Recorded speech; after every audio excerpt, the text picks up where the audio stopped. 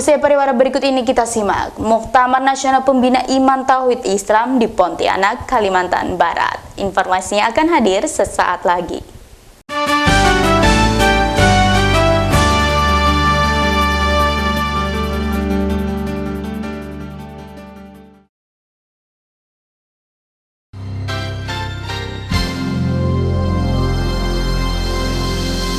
Terima kasih Anda masih bersama kami. Ratusan anggota PITI dari 19 wilayah di Indonesia berkumpul di Hotel Kapuas Palace, Pontianak, Kalimantan Barat. Mereka bermuktamar untuk yang keempat memilih pemimpin baru.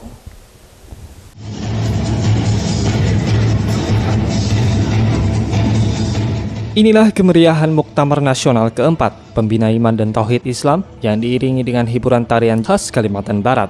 Secara resmi, muktamar ini dibuka langsung Wakil Gubernur Kristiandi Sanjaya di Aula Hotel Kapuas Palace, Pontianak belum lama tadi.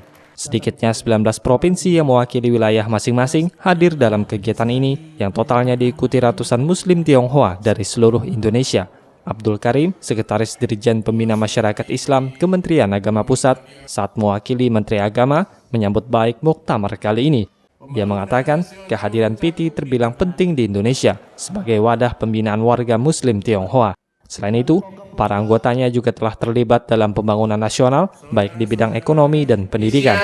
Persatuan Islam Tionghoa Indonesia sangat penting keberadaan dan kedudukannya, terutama sekali di dalam pembinaan keagamaan warga Tionghoa.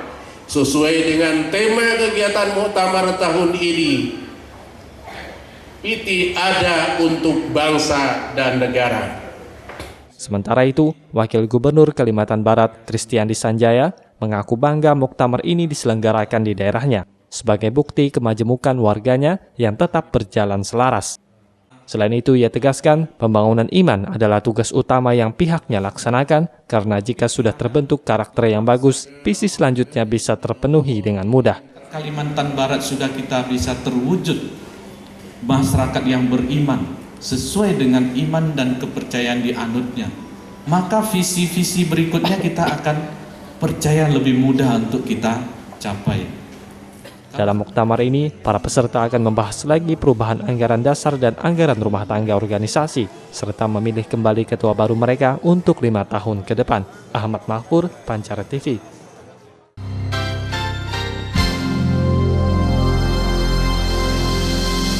Sementara itu, pemilihan Ketua Umum PITI yang berlangsung di akhir muktamar sempat berlangsung ricuh. Pendukung Budi Setiagraha dari Yogyakarta protes dengan kriteria calon ketua. Sedangkan kubu lainnya bersikeras bahwa kriteria tersebut telah disahkan saat sidang komisi. Saya mohon dengan hormat, demi lancarnya. Sudah. Astagfirullah. Sidang akhir terkait pemilihan Ketua Umum Pembina Iman dan Tauhid Islam sempat berlangsung ricuh. Kubu pendukung Budi Setiagraha menolak pemilihan dilanjutkan karena pimpinan sidang dinilai tidak menjalankan mekanisme sebenarnya. Calon Ketua Umum Budi Setiagraha menolak kriteria yang disyaratkan oleh muktamar, diantaranya menyediakan 50 juta rupiah untuk penyelenggaraan muktamar berikutnya dan siap mundur jika dalam 2 tahun belum terbentuk DPW di setiap provinsi di Indonesia. Ia menilai poin tersebut tidak dibahas saat sidang komisi, sehingga pemilihan tidak patut dilanjutkan. Namun pimpinan sidang bersikeras bahwa poin tersebut telah disahkan sebelum pemilihan, sehingga tidak bisa dirubah kembali. Pemilihan pun dengan tegas dilanjutkan, meski tetap mendapat suara protes dari Budi Setiagraha. Akhirnya setelah ia menolak menyampaikan visi dan misinya, maka Anton Medan, calon satunya, terpilih secara aklamasi memimpin PITI ke depan. Ahmad Mahfur, Pancara TV.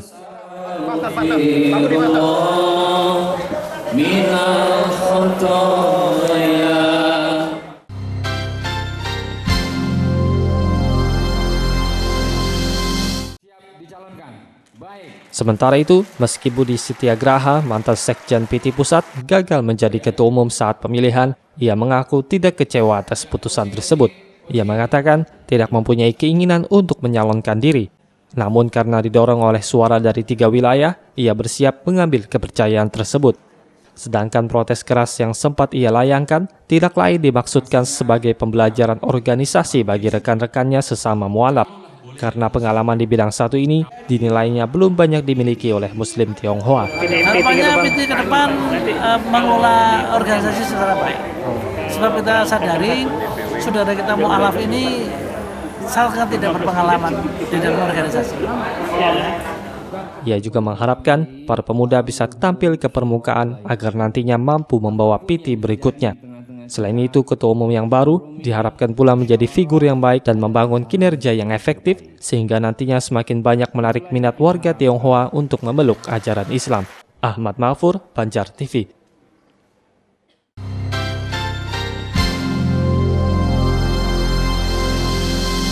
Selanjutnya, Anton Medan setelah terpilih secara aklamasi untuk memimpin PT ke depan bertekad mendirikan kepengurusannya di setiap wilayah Indonesia.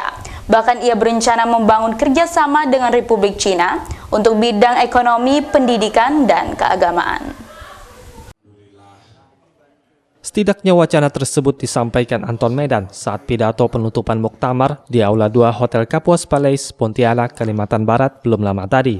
Hal pertama yang akan dibuatnya adalah membentuk Dewan Pengawas yang terdiri dari tokoh Muslim Tionghoa untuk memberikan saran sekaligus mengkritisi ketua umum jika terdapat kebijakan yang keliru. Selanjutnya Masjid Kareboy dan Cheng Ho di Palembang dan Surabaya akan diberikan hak suara saat muktamar nanti, mengingat dua tempat tersebut memiliki basis massa yang cukup kuat. Di kepemimpinan barunya ini, Anton Medan akan membentuk bidang baru, khusus pemberdayaan perempuan dengan menunjuk Risa Hapsari sebagai koordinatornya. Selain itu, akan ditunjuk pula Wakil Ketua Umum untuk menangani secara khusus hubungan luar negeri, termasuk menjalin kerjasama dengan Republik Cina. Ekonomi Cina begitu kuat, Cina mau jalankan perdagangan, kebudayaan, kebebasan untuk masyarakat Tionghoa yang ada di Indonesia. Jadi sudah selayaknya pemerintah mencari solusi, membantu pengembangan Islam, khususnya masyarakat Tionghoa Muslim. Pelantikan DPP akan dilangsungkan 3 bulan ke depan di Expo Kemayoran, Jakarta. Direncanakan dihadiri langsung Presiden Susilo Bambang Yudhoyono. Ahmad Mahfur, Banjar TV.